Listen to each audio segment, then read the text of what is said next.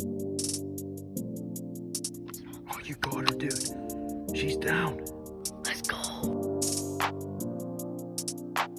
Dude, I just shot a deer of a lifetime. Freaking smoked him. One with nature, and if you're a believer, one with God. Definitely gets your heart pumping. Boy, you are in trouble. Fall Obsession Podcast. All right, everybody, welcome back to another Fall Obsession Podcast episode driven by our friends over at Ridge Rock Hunt Company. Good partners with us over there, and I'll talk about them at the end of the podcast in our sponsor segment. I am Sam with Fall Obsession, your podcast host. Welcome to episode 102. Excited to be on here with a special guest, her second time on the podcast. You guys might recognize her if you watched or listened to the recent snow goose hunting podcast that we had. But that's our very own field staffer, Delaney Pfeiffer. Welcome. Thank you for having me on here. I'm really excited to be on here today. Yeah, we're happy to have you and excited to dive in and talk about some of the stuff we got on the agenda for today. Like I already mentioned, you joined us for the Snow Goose podcast, which I real quick want to take a moment just to encourage our listeners to go back and listen to those if they haven't already. It's a 2-part episode series, 97 and 98. You joined us, I believe, for 98, I believe it was the second one. Yes, I did, yeah. You were on there with the second half of the crew that went on a snow goose hunt few weeks ago. Half of the dream team. Half of the dream team, yeah, that Midwestern high crew. So really, really awesome to hear the stories that came out of that staff hunt. And I know, not to turn this into another podcast about that, but I know you had a really awesome experience like everyone else out there. So just want to encourage our listeners to go back and hit up 97 and 98 if they have not already. Two really good episodes. So, and it's equal parts informative and funny. Yes, absolutely. You will feel like you're back in hunting camp for many reasons, for sure. So, well, what I wanted to dive into with this week, Delaney, I know we kind of been messaging back and forth as far as what we want to talk about here, and I kind of put a bug in your ear a few weeks ago, really after the Snow Goose podcast, for us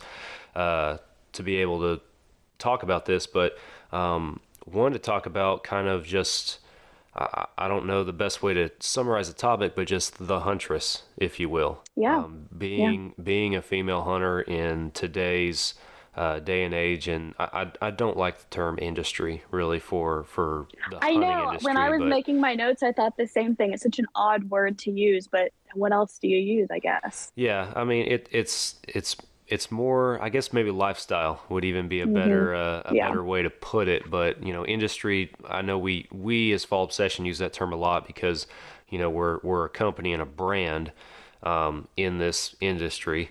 But what it really boils down to and what we're made up of is men and women who live and breathe this hunting lifestyle, this outdoor lifestyle.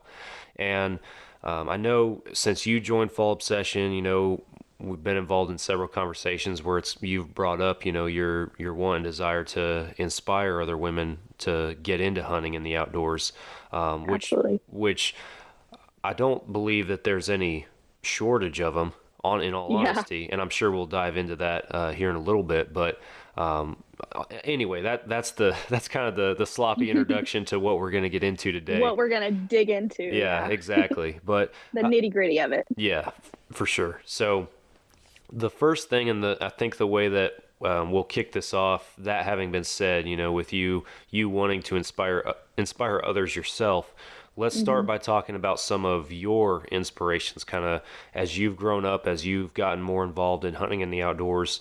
Who have been the people, the mentors, or just the inspirations from an online, from a not local perspective, if you will, that have inspired you to dive deeper into this outdoor lifestyle? Yeah. So I, first of all, I grew up a farmer's daughter, and, I was brought up, you respect the land, you respect the animals. And so my dad was always very big into hunting. And then he learned from his dad, my grandfather, And the stories that they tell, I mean, amazing stories where they go from Africa or Canada or South America. And as a kid, you know, you're absolutely fascinated by the story. And all I can think is, when I'm older, I'm going to do that. I want that. And so, you know, being a girl, my dad never really pushed me, you know, to go hunting with him. He would, you know, say, if you want to, you can, but he would never say, I want you to come with me, you know, but you're more than welcome to. And, you know, it was a little different because I have a brother as well. And he was definitely more engulfed in it when he first kind of was old enough to. I brought it up to my dad when I was young that I wanted to go with him. And I think that was probably the happiest I've ever seen him. But I think I was probably about 6 or 7 when I first started going with him in the field. And I wasn't shooting or like that, but I was just learning. And so skip forward, I grow up, I'm, you know, a part of just kind of family hunts at this point. Occasionally I'll go with friends and such, but, you know, I'm not old enough at that point, and I didn't really know anything other than relying on dad to, you know, drag the deer in or something. So, so then I went to college in Ohio, and that was when I was really on my own at that point, because, you know, it was my first time out of the house, and it hit me, wow, I don't have anybody saying, hey, we have this hunt coming up, because, you know, I haven't made those connections. And so that's when I started to realize there is, you know, like we said, industry, you know, that isn't always the most heard of until you learn about it, and then you're obsessed, pun intended. So I have a really great friend, Julie, who I met at a gun show when I was in college, and she travels the United States hunting and selling some of her merchandise that are hunting merchandise. And I mean, we've become an instant bond. And she introduced me to getting sponsorships or working for a company to promote them, to promote you. And in return, you get to hunt and you get to meet new people. And I thought, why isn't everybody doing this? And then I realized there are actually a lot more people than I realized doing it. You realize everybody is trying to do this. Everybody is trying to do this. Exactly. And so, you know, it's very cool nowadays when I talk to people that are really involved in hunting and fishing and just outdoor style. They are in some sort of organization that does exactly what Fall Obsession does, but not as great as Fall Obsession does, if that makes sense. Yeah. And that was so not a butt kissing statement. That's truly what I meant to say. But yeah, awesome. Lots of inspiration all around. Absolutely. Yeah, the community side of it is huge, not just from, you know, you spoke on noticing the change from having that local community to now having to reach out farther to find that same community. And I know, exactly, like you just said, you complimented the Fall Obsession brand as being the best. And you know, I know we've mentioned it, especially in those 2 Snow Goose podcasts with our crew that we had there. You know, just how much of a family that we try to make this team that's spread out across the entire country. Yeah. And I know there's truly nothing like I've ever seen before. Yeah. Not saying that I've been a part of a lot of these, but I've never seen any that are as involved. Yeah. Nothing even close. Absolutely. And you know, we, like I told Todd and the guys out there, guys and gals in the Midwest with you, you know, it's you know, we give you guys the tools at least to be able to reach out and contact each other, but then you guys as the staff members out there, you're the ones who really develop and mature that bond with each other and everything. And it's awesome to see it happen, because, you know, I don't like doing anything virtually, but to see a virtual hunting camp almost come together like that and then actually become a real hunting camp, you know, it's pretty cool. So it is. It's very cool, and I'm so thankful to be a part of it, for sure. Absolutely. Well, we're definitely happy to have you on board. So this next question, and I know none of these questions have come out of the blue. You know, I'll disclose that for our listeners. You know, you had a heads up beforehand and everything, but this next question is, what does being a hunter mean to you? And that, I mean, it's a big question. I know I've asked it to some people before, and they're like, man, I've never had it put that bluntly before. Yeah. But we'll throw it at you. What does being a hunter mean to you? Yeah. So for me, it's always, you know, at the beginning, I didn't really quite see it as I do today. I as a kid, I saw it as you're providing for the family. But then as I'm getting older, I realize, it's you're caring for the environment. It's not exactly spoken about, for people that don't hunt, that realize that. I don't like to use the term, but we're seen as like animal killers, but it's nothing like that. It's because of people like us that keep the populations under control. And then I realized, that it's our way of kind of giving back to the environment, because someone needs to do it, and it's pretty darn fun at the same time. Yeah. And just the stories I've heard about the populations being out of control in Illinois in the past, and you cannot let these things get out of control. So I realize it's our responsibility at the same time, if we care about the environment, to be a part of it. Yeah. So that's kind of where I always saw it, and it really justifies my love for hunting and fishing, because it helps me feel better that I am making a difference. And like I said, it's really nice to know I'm able to provide, food on the table at the end of the day. Not many people have that ability. They know how to drive to their supermarket, as do I, don't get me wrong. But, it's a very rewarding experience to be able to go into the field, hunt, field dress it yourself, you cut it up with your family, and then a week later you're eating it on the grill. That is nothing better than that, personally. And I know a lot of people would agree with me on that. And to wrap that up, it's also, you're making these connections because you're able to travel because of it. It's like a little cult in itself, I guess, the hunting world, and because of my love for the outdoors, I've been able to go on these adventures that I would have never even thought about, before I reached out to these people in college, and it's taken me a whole new level of my career, that I would have never expected. And I love it. Yeah. And so I feel like that kind of summarizes the question. No, because it is a big question. Yeah, no, absolutely. And I mean, there's certainly no right or wrong answer to it. I feel like everybody's answer, has to do with, putting meat on the table and everything. I mean, at the heart of it, that's something that we get out of it.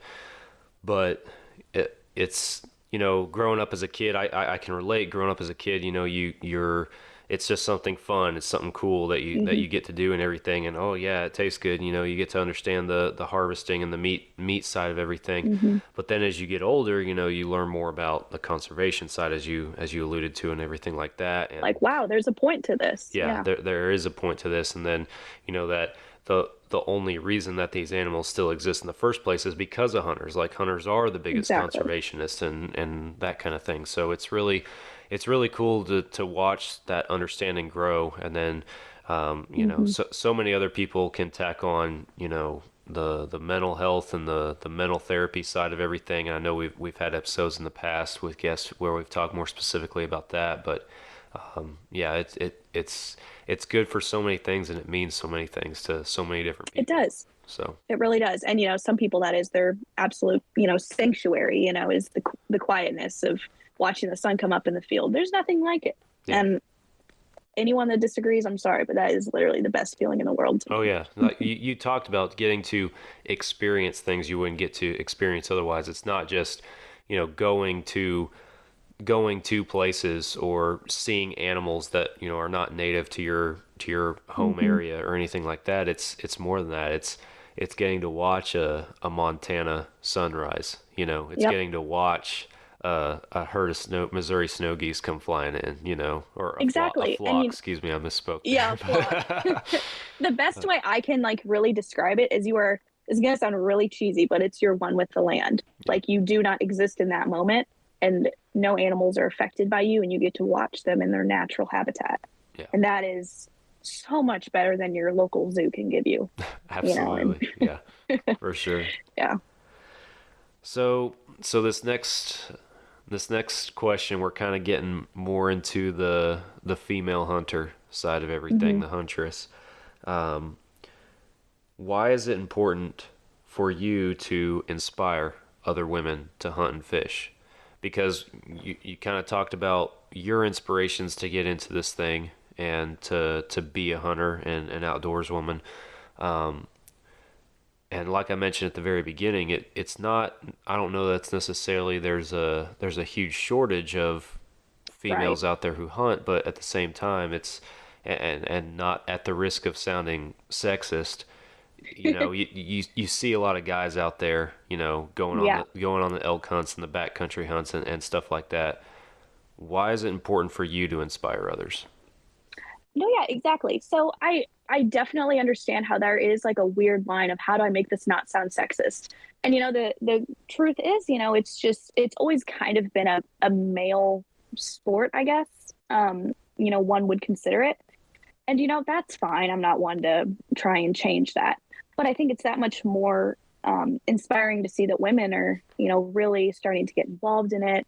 And, I was just talking to my dad last week and he said, wow, there was not that many female hunters when I was growing up. Yeah. Way, way back in the day. But, nowadays I have a lot of really good girlfriends that,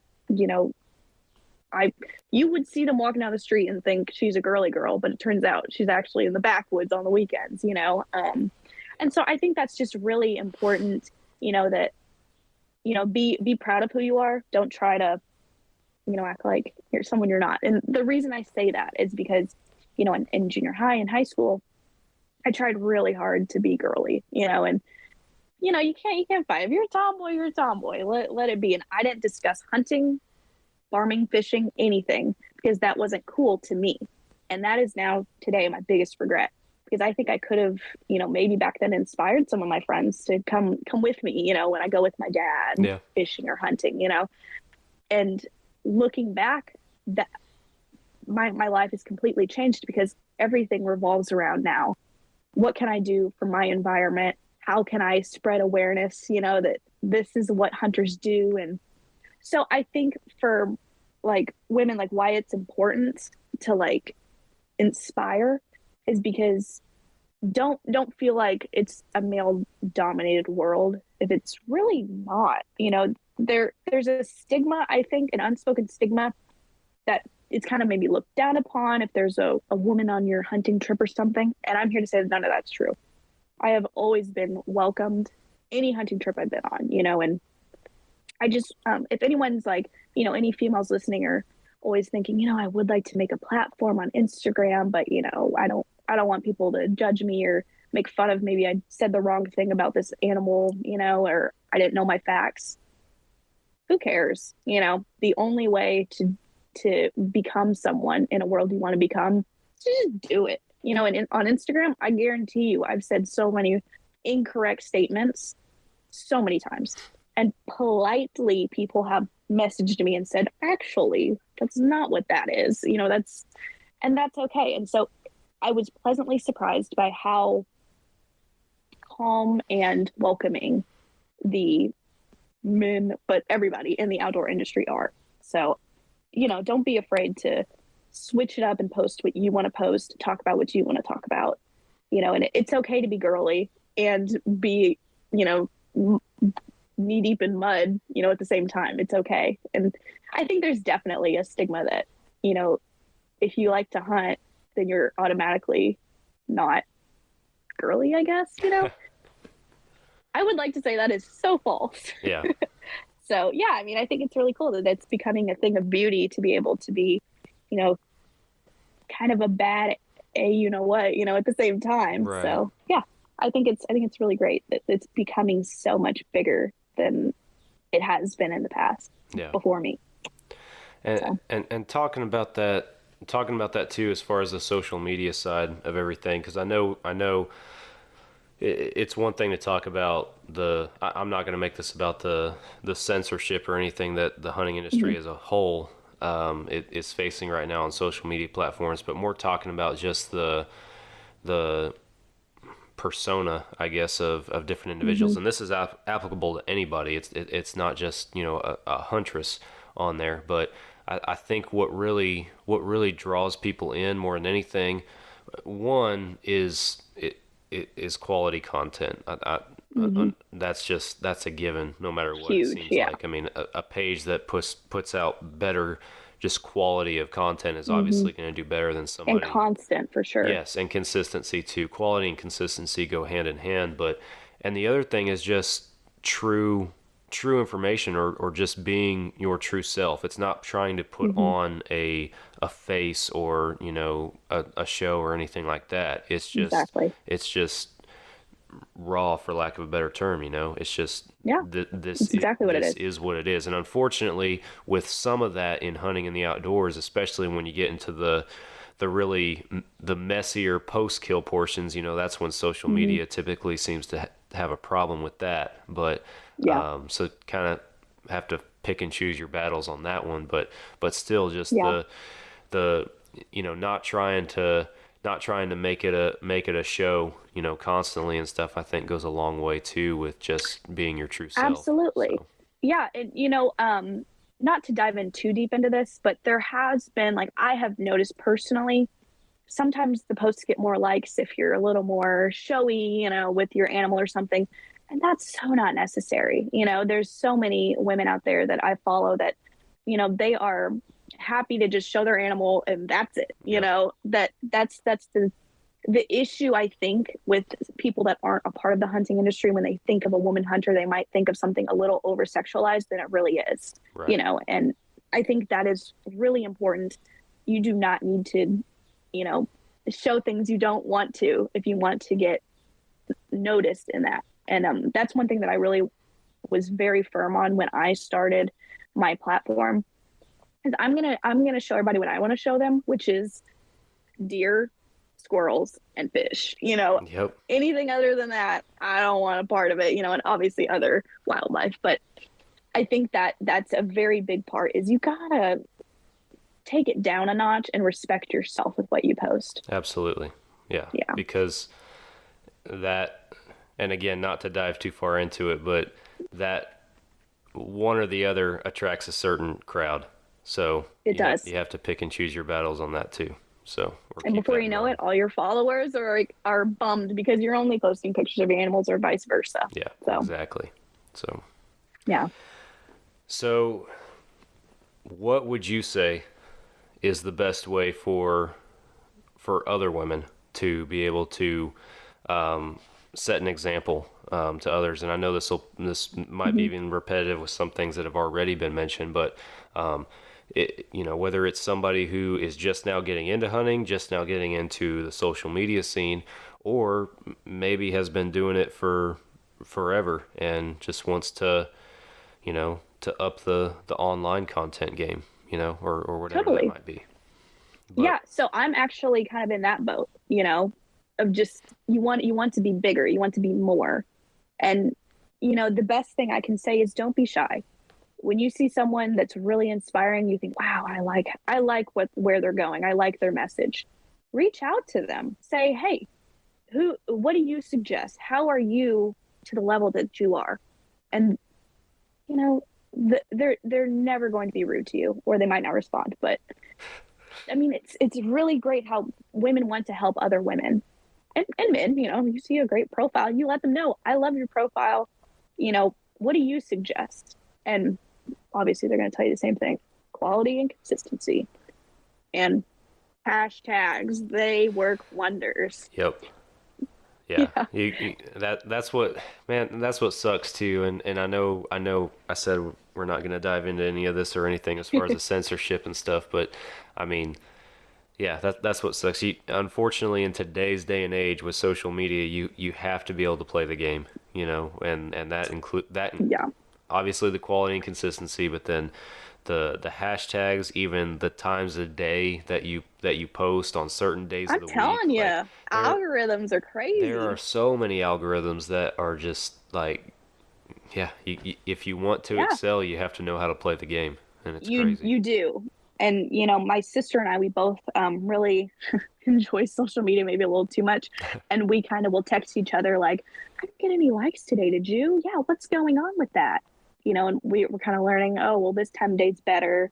Fun fact, towards the end of the day when people are getting off work is the hottest time to be posting stuff. I am ashamed that I know this information from experience. But yeah, I mean, it's definitely one of those things where you can't let it rule you either. And I was guilty of that for a time, where I was just so obsessed with getting over, you know, 300 likes on a post, you know, and then once I hit 2,000 on a post, I was convinced that all mine were going to be like that. Right. But they're not, you know, they're not. And I think that's very important to remember. Hunting and fishing and yourself comes first before you make yourself bigger. But it does go hand in hand, because I have made some of the best long-term friends and connections at the same time through my Instagram or Facebook, so it's a give and take. Yeah. No, Exhibit A. I would, if it weren't for Fall Obsession, I tell everybody I would be the first guy to turn off all of his social medias and just be dark. But at the same time, and I know we even talked about it a lot in the last couple weeks episodes, 100 and 101, when we were kind of doing our that 100 episode milestone recollection as the admin team and everything, and we talked about how the connections and stuff that through this podcast and through Fall Obsession that we've gotten to make over the years and everything. And it's social media it can be an evil for sure, especially if you let it consume you. But at the same time, if you use it as a tool, not just for your business, but just for the industry, quote unquote, that you're in, or whatever it be, you meet some awesome people. And especially in this hunting industry, seems like you meet the best people. And it goes from just being a follower of somebody, or them being a follower of you, to, hey, we're actually going on a hunt together, you're actually sharing a hunting camp with these folks. So and to kind of bring up our past conversation, one of my very first inspirations to really kick up my Instagram a notch was Allie Butler. Yeah. And when I found out that you had her on the show, I freaked out, because she has been, from day one, I always am like, how is she posting about this? How does she handle this? Because whatever she's doing, I want to somehow reciprocate it into my own way, because she's successful and she's respectful of herself in all of her posts, and I admire her for it. So hopefully someday, we can rewatch this and I can think, wow, I can see how I was inspired by her. So I am a huge fan. Yeah. Huge fan. Well, like I've mentioned before, and we actually had a listener send in a comment for episode 100 asking to bring her back on the podcast. So we're gonna have to after this, we're gonna have to see what we can do, because this is twice now that we brought her back up. So we're gonna have to see what we can do on that. But yeah, Allie, if you're listening, I love you so much. Loyal fan right here. Loyal fan. So loyal. Well, is there anything else that you'd like to add or kind of elaborate on, build more upon, as far as just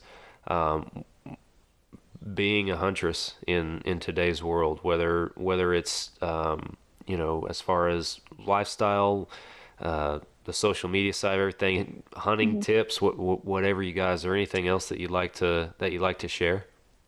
Yeah. So one point that I really want to make very clear is, and you firsthand saw this, where I was shy to go on that snow goose hunt, because I thought, I'm just not that experienced, and I think as a woman too, it's a little extra scary, because I think I'm really going to be out of my element. And, it's one of those things where you can't let that rule you, because so many hunts I have almost missed out on because I thought, I don't know enough. And you cannot think that way. And so what I always do, and I recommend this for everybody, go in being humble, knowing I don't know anything about this particular animal or how to hunt it. So I'm going to ask questions. Yeah. And no one will ever make fun of you for that.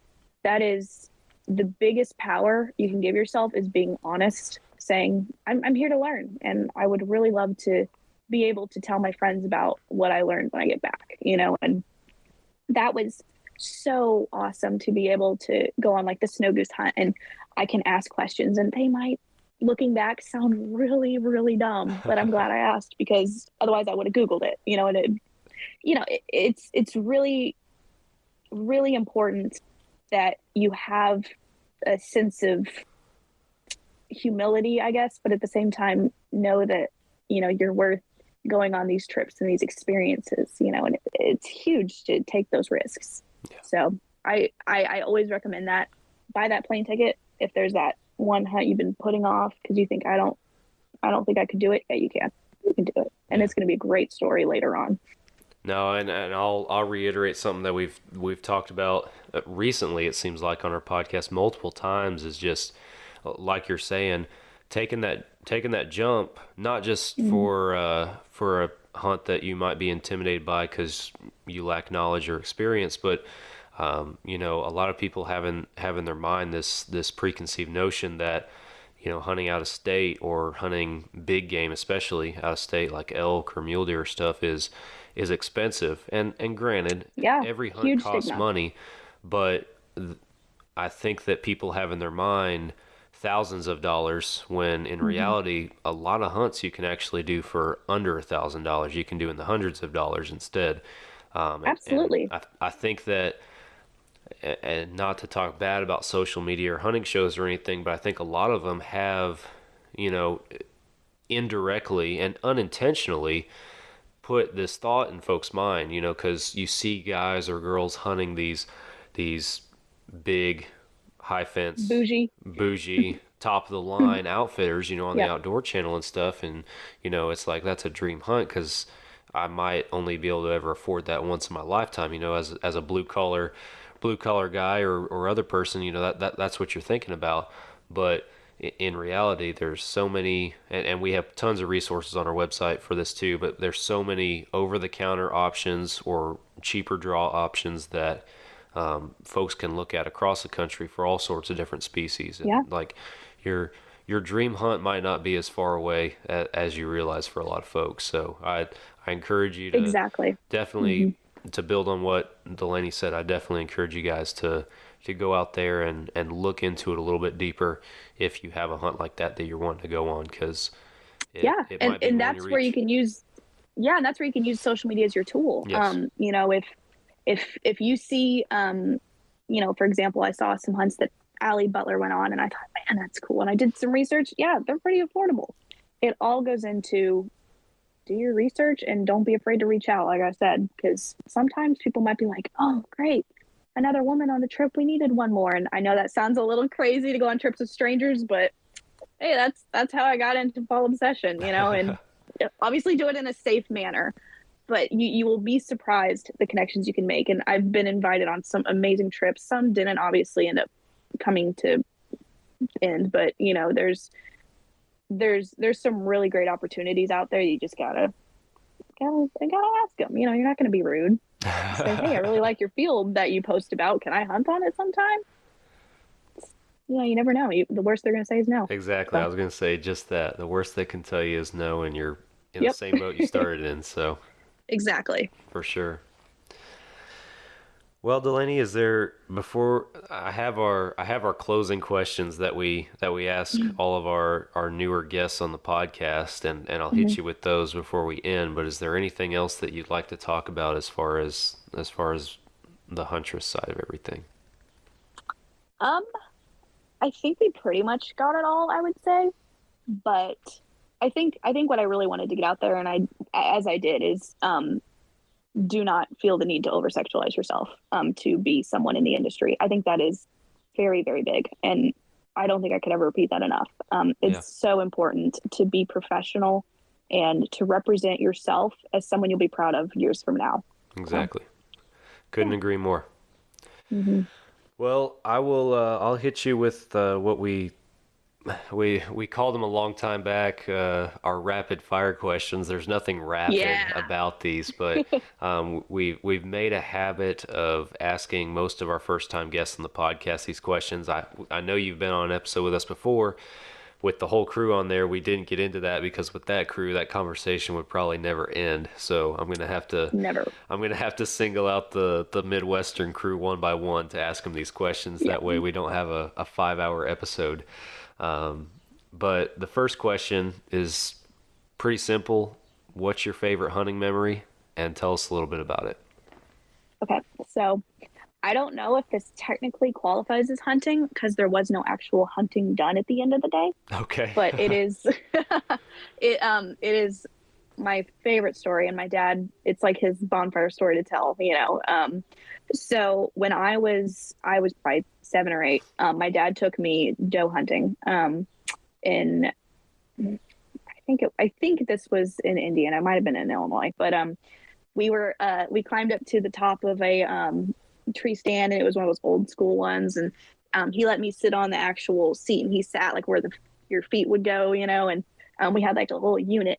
And he's like, all right, you're going to be the lookout. If you see one, you tell me about it, and I'll shoot if we think it's good enough. As a kid, I'm like, yeah, he's counting on me. I can do this. So, skip forward. I see one approaching from, I believe, the right side. It's a nice sized doe. Looking back, back then I didn't know that. And I'm like, there's one right there, And he's like, oh, I see it. And he gets the gun ready, and he's like, should I shoot it? I went, yeah. So he gets the gun ready.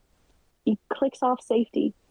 And I went, well, it's kind of cute. It just smiled at me. And he went, okay. Clicked back off.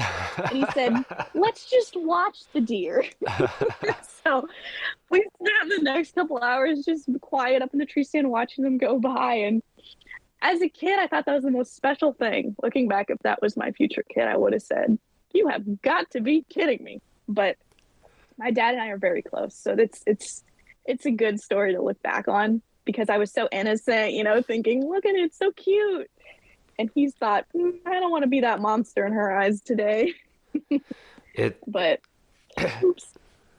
It's very good on his part, from my perspective at least, hearing that story. Yeah.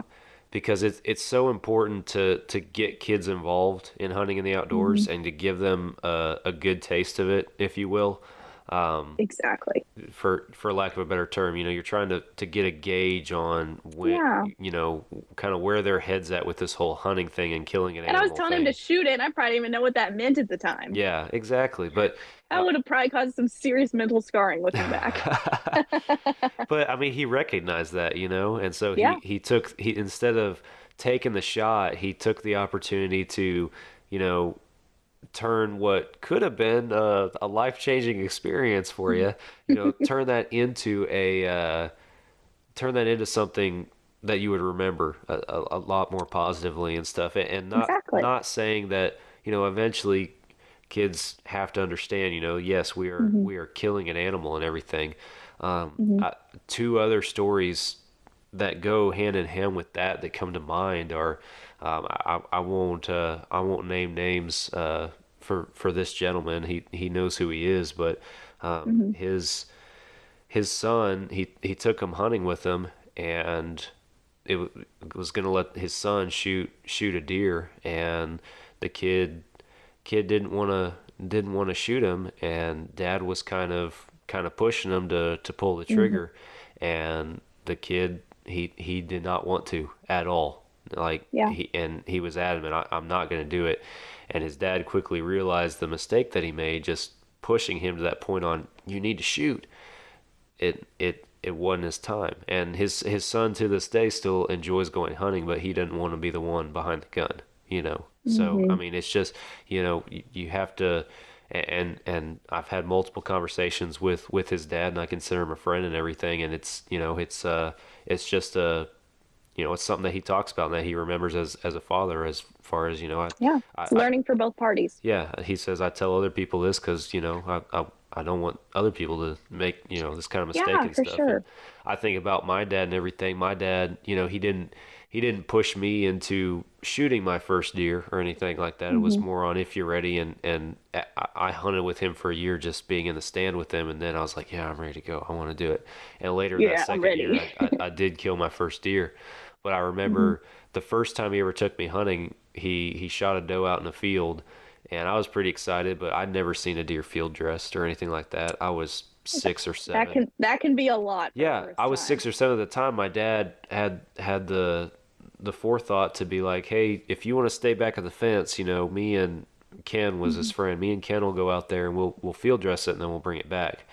And I was like, okay. I still really didn't understand what was going on, and my dad, it's fun to hear my dad tell a story, because he's like, we're 5-10 minutes into field dressing this thing, and he said, I left him back at the fence, and I turned around, he's looking over my shoulder like, interested in everything. And I did. I got bored, so I just crept up and I started watching, and, it worked out for me, I guess. But anyway, that's the long way of saying, it's, you have to be able to gauge a kid's kind of a kid, not just their interests, but their understanding of what you're doing. Absolutely. And as they mature, that understanding can mature with them. It's not something they have to dive into.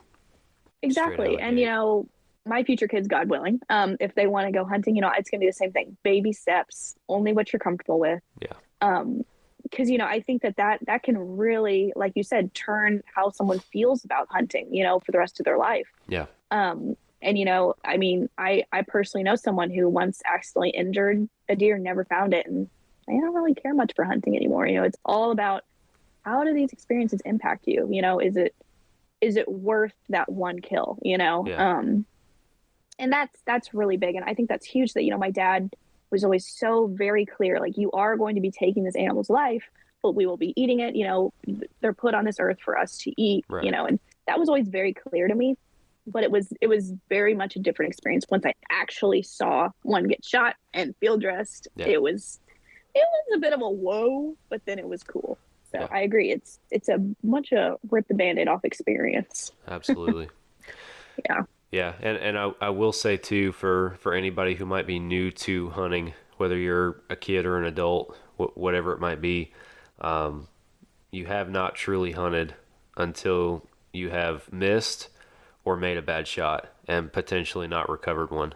I'm pretty sure you could talk to just about every hunter that has more than 2 or 3 years of experience under their belt, and there's been an animal they haven't recovered. So it's Yep. And then you think about it and it gets that pain in your stomach. you literally want to throw up. Like you literally want to throw up, and it is sickening, and it's something that nobody Yeah. wants to talk about it.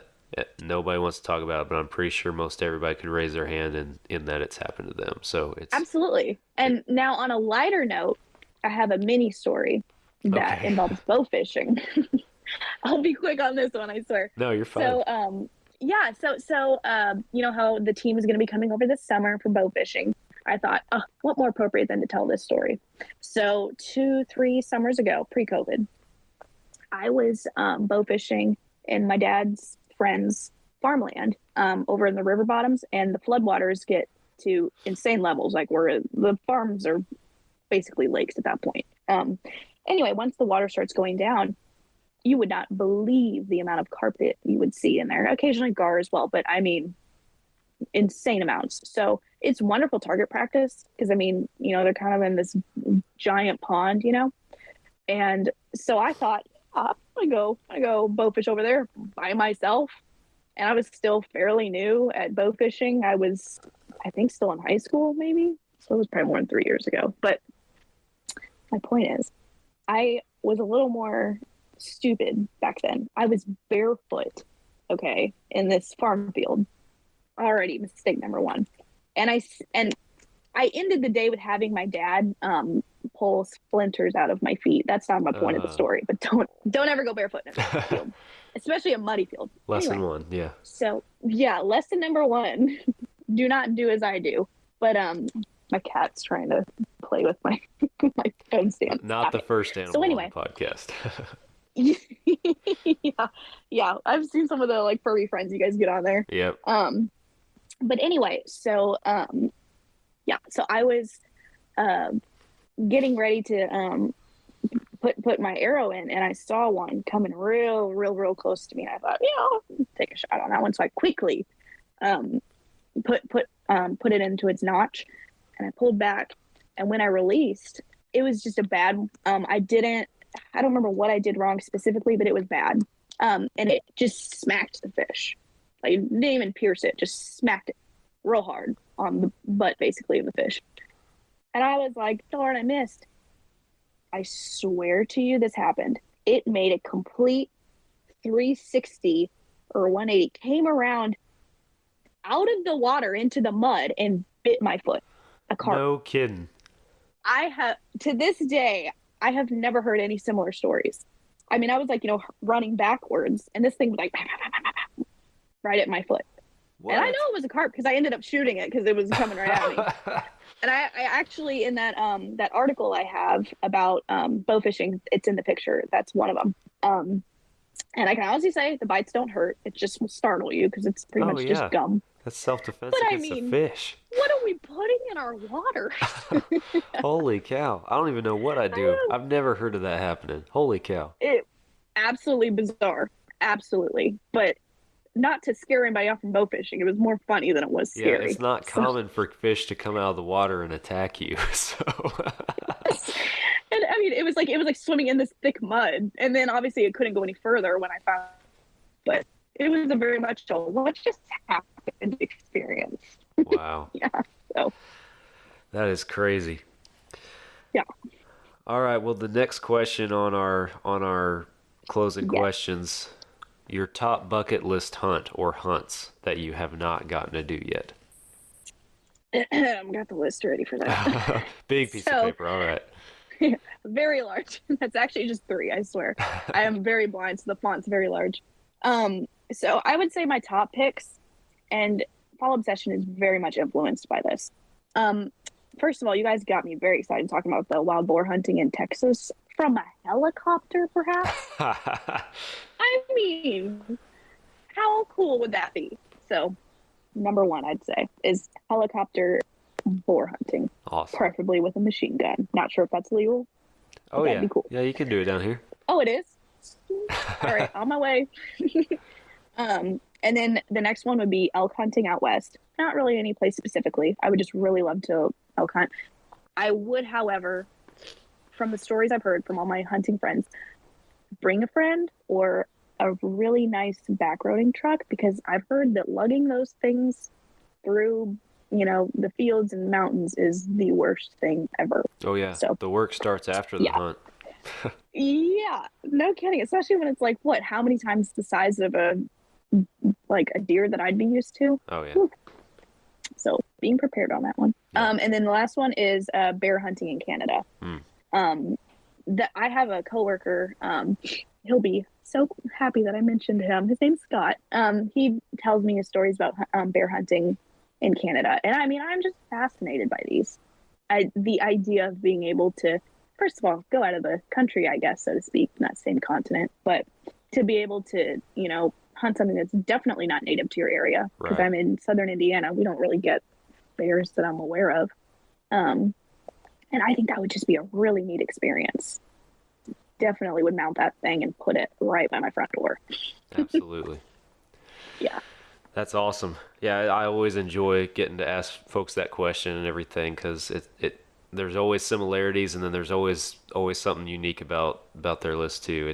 It's really cool to kind of see what people pretty have out on the there radar, sometimes, so. I bet. Oh yeah, some of them are pretty crazy for sure. Yeah. All right, and to wrap it up, I know we've talked about being a huntress and a female in this industry, living this lifestyle. Better way to put it, in my opinion. But if you had one big piece of, and I'll say this too, this is probably repetitive if I'm guessing, of stuff that's already been talked about, already been mentioned, but one big piece of advice for other women just interested in getting into hunting in the first place. Do not give up on it. You will very much fail a lot. You will have a lot of hunting trips that'll fall through, and you'll want to be like, this isn't for me. I'm just going to go back to my safe space and just hunt in that field I know, or fish in that lake I know of. But, if you really want to succeed, make these connections, you have to keep up with it. You have to, be okay when, someone you really wanted to message you back with advice, I message tons of people that I think are amazing on Instagram. They might not message you back. Don't take that stuff personally, and they might not even know you messaged them, and you can't think of yourself as just a little person in this world. You have to think, the only way for me to make success is to, this is going to sound cheesy again, but at first you don't succeed, try again. And that is the best way to put it, because within 2 years, I went from 700 followers to, I think I have 3,000 or 4,000 now, because I just kept going. I just content. And then I just had people start messaging me saying I'm inspiring them to, start hunting or, keep hunting. And, it's very rewarding. And I'm not even close to the end of my journey with this, but I feel like I can definitely say that because I didn't give up, and believe me, I wanted to a couple times. I once started my own hunting podcast, and I don't really talk about it because it's such a First I've heard about utter failure. Yeah. So I started my own hunting podcast when I was right out of college. COVID then hit, and it was just really hard to get the team together, and everything just fell through, and it was an utter failure by the end of it. And we had really great people guest star on the show and things. But when that fell through, I was at a all-time low at that point because I thought, I don't think this is for me. I don't think I can find success in this. And then Fall Obsession came around, and then Allie Butler, and all these pieces came together to where I thought, I think I just need to regroup and try again. Yeah. And that's kind of where I'm at right now. It's just gearing down and do it. Who cares what people think? Yeah, absolutely. Yeah. Well, Yeah. Delaney, thank you for coming on this week and being our podcast guest. I'm sure it won't be the last time that we see you on this podcast. Yeah, thank you so much for inviting me on here. Now, next time you have me on here, feel free to call up Allie. Yeah, well, like I said, we'll see what we can do on that front. See if we can get her back on here. So, absolutely. Yeah. Well, for our listeners, if you guys are listening, thank you. Hope you guys enjoyed this conversation. If you have not already, hit that follow and or subscribe button on whatever podcast platform you are either listening or watching on. We are on all major podcast platforms as well as our website, fallobsession.com, and our YouTube channel.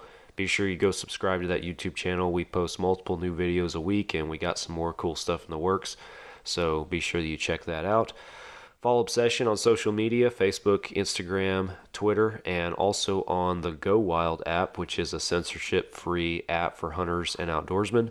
Definitely encourage you, if you haven't already, to go check them out. It is free, and it is nothing but hunting and outdoors on that social media platform. And Fall Obsession is on there, so be sure that you hit us up.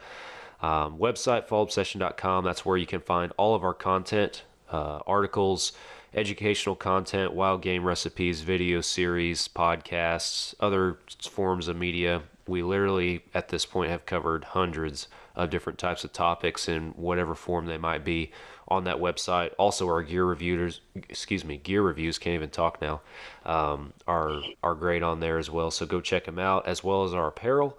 We got lots of, I say lots, we got several new spring designs in, including our Midwestern High t-shirt that is kind of stemming from these folks, Delaney and that Midwestern cruise hunt out there that we've referenced several times in Missouri, that snow goose hunt. So go pick you up some new Fall Obsession apparel. Support the organization and what we're doing. And if you guys are looking to save a little bit of money, go back and listen to last week's podcast 101. During that podcast, they give you guys a discount code to use at checkout that'll knock a few dollars off. So got to go listen to episode 101 though if you want to get that one. So Gotta do it. And Delaney, you want to tell folks where they can find you on social media? Yeah, totally. So my Instagram handle is just my first and last name with an underscore. Someone stole the other one. Gotta have the underscore. But it's just Delaney Pfeiffer. I'm probably gonna have to spell that. No offense to you. I have struggled spelling that in recent weeks. So it is a very German name. So it's DELANEY PFEIFFER. If you get confused, Michelle Pfeiffer, the actress. I'm not sure if we're related. I hope we are, but spelled the same. But yeah, that's where you can find me. And I probably should mention this because I know that Todd's going to get mad if I don't. I have to say it. Stay obsessed. There you go. Because that's very important to mention. Absolutely. Stay obsessed, guys. Stay obsessed. Last but not least, Ridge Rock Hunt Company. Go check them out. They're our podcast partner, Derek and Lacey out there in Mississippi. They book hunts. And like we just talked about, if you are looking to maybe pursue that dream hunt you've been thinking about, or you just want to know what it really is going to cost going with a vetted and trusted outfitter, call Derek, talk to him. He will get you set up and squared away with something that works for you in the right time frame and for the right price. And he guarantees that it's going to be with an outfitter and experience that you enjoy. So Ridge Rock Hunt Company, hit them up on social media or go to their website. Again, Derek and Lacey, very good friends of ours. They will take care of you. They were actually on the podcast just a few weeks ago, episode 99. So if you want to learn more about them, go listen to that podcast too. So, well, Delaney, once again, thank you. I enjoyed this conversation, and it was awesome to get to talk to you about being a female in this, living this lifestyle. So. Yeah, it was great to be back too. So I look forward to the future.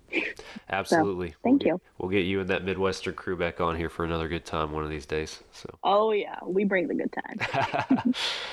All right, guys. Thank you all for listening. We'll be back again next week for another Fall Obsession podcast episode, and we will catch you then.